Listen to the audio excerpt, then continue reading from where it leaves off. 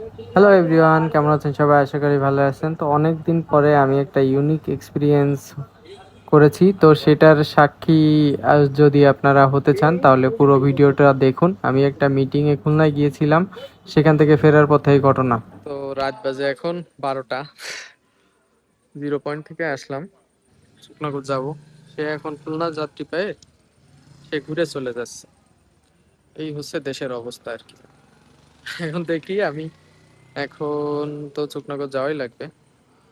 কি কি অবস্থা, একটা পরামর্শ দিয়ে গেছে, পরামর্শটা কাজে লাগে কিনা।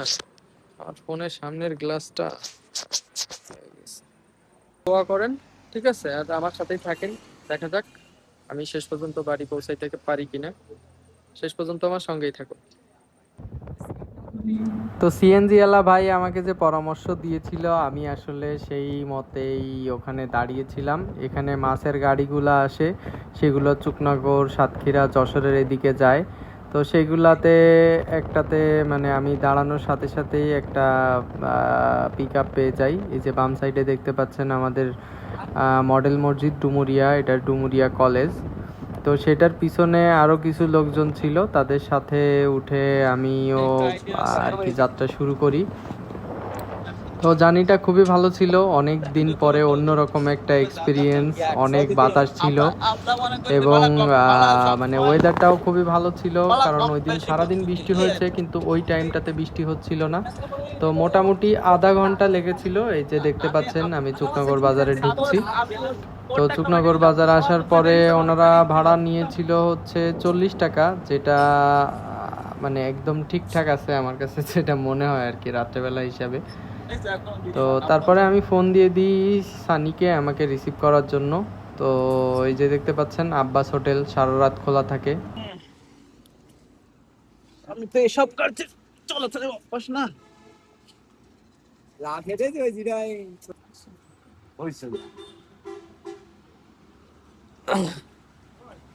যে এক্সপিরিয়েন্স ভাই রে ভাই।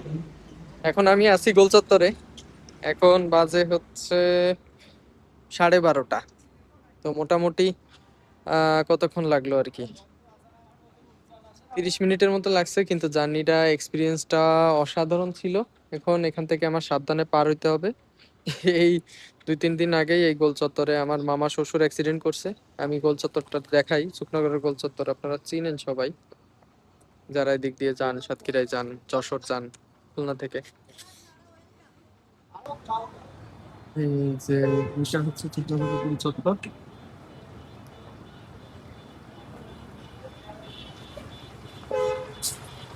এই যে ট্রাকটা আসতেছে এটা খুলনার দিক থেকে আসতেছে, আর এই পরিবহনটা আসছে হচ্ছে সাতক্ষীরার দিক। এই দিক হচ্ছে কৃষ্ণগর।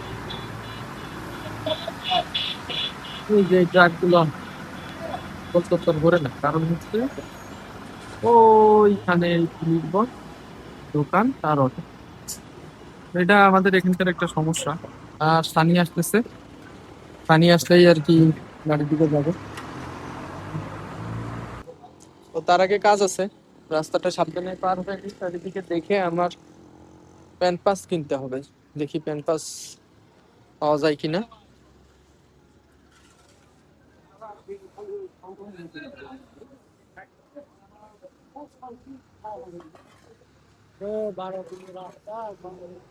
দেখলাম তো এদিকে সবই বন্ধ।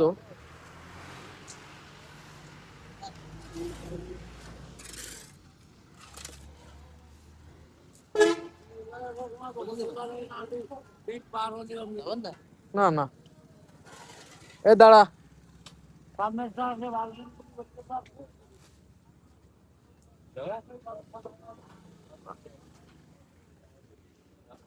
আঙ্কেল প্যান পাস আছে নাকি? বড় প্যাকেট আছে? ফুল স্কোয়ারেরটা আছে? এসএমসিরটা, বসুন্ধরারটা নাই? এটা কেমন, ভালো? কয়টা, মানে কয়টা কত? এটা ইউজ করিনি কখনো, এই জন্য তো বুঝতেছি না। কোম্পানি তো ভালো, এখন কোম্পানি সব প্রোডাক্ট ভালো, কিন্তু এটা হচ্ছে কথা।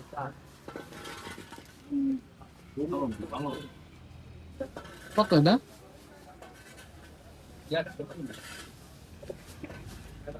বই করা যায় না? এই যে 5 টাকা। 5 টাকা তো আচ্ছা, ঠিক আছে।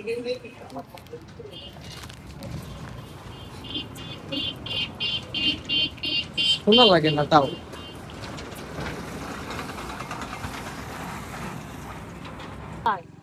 সানি রিসিভ করছে আমাকে বাজার থেকে, এখন বাজার থেকে বাড়ির দিকে যাচ্ছি।